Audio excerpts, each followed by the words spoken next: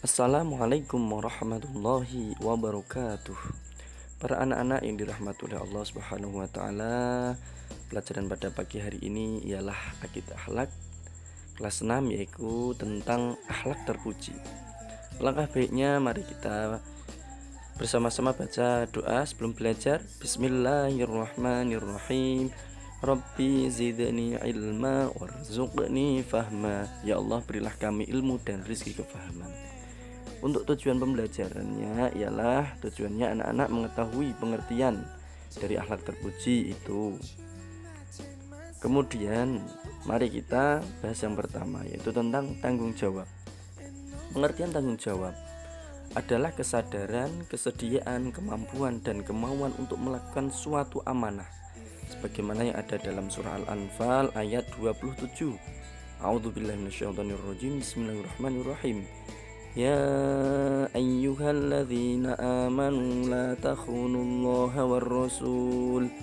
warrasula wa takhunu amanatikum wa antum ta'lamun. Artinya, hai orang-orang yang beriman, janganlah kamu mengkhianati Allah dan Rasul Muhammad, dan juga janganlah kamu mengkhianati amanat-amanat yang dipercayakan kepadamu sedangkan kamu mengetahuinya. Surah Al-Anfal ayat 27. Jadi untuk prinsip-prinsip menjadi pribadi yang bertanggung jawab, salah satunya: 1. Mengikuti keteladanan yang baik. 2. Tetap dalam pendirian dan teguh dalam prinsip. 3. Amanah menjalankan tugas. Yang keempat, berani mengakui kesalahan. Dan yang terakhir itu tidak banyak menuntut. Itulah prinsip-prinsip orang yang bertanggung jawab. Kemudian yang kedua, kita akan membahas tentang sifat adil. Anak-anak pasti lihat gambar yang ada di layar. Ada batu tidak berat sebelah. Adil adalah tidak berat sebelah dan tidak memihak pada salah satu pihak tertentu dalam masalah hukum.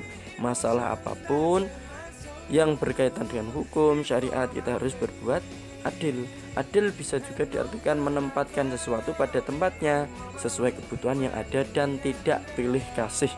Itulah adil. Jadi memandang sama antara satu dengan yang lainnya. Anak-anak juga harus mengetahui bahwasanya ciri-ciri orang yang bersikap adil tentunya: 1. Tidak pilih kasih. 2. Tidak memutuskan berdasarkan aturan. 3. Semata-mata mencari ridho Allah.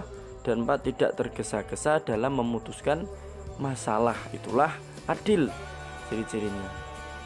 Dengan demikian, berlaku adil, kita akan mendapatkan kenikmatan, kebaikan terhadap sesama manusia.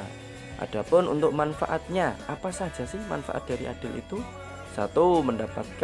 Mendatangkan ridho Allah, memperoleh keberhasilan dalam hidup, disenangi banyak orang, memperoleh sesuatu yang sekiranya itu baik di dalam diri kita.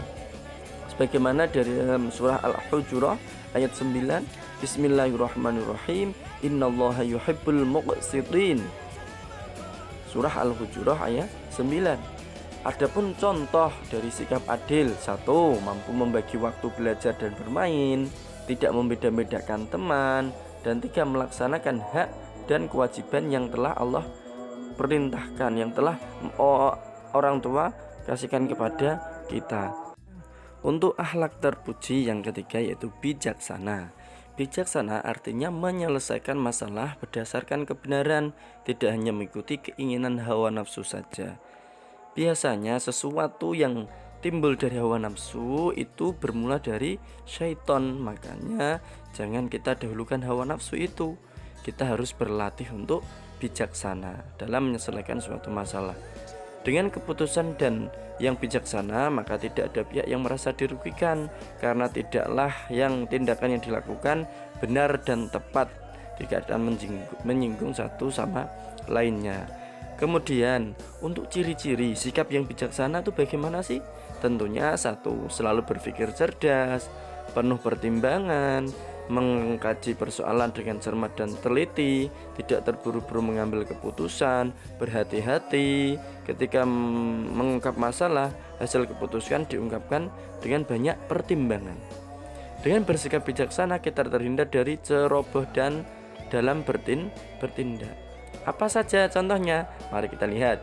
1. Selalu berpikir sebelum bertindak. Jelas ya. Selalu hati-hati dalam berucap, berperilaku karena bisa menyinggung perasaan orang. Selalu tenang dalam menghadapi persoalan.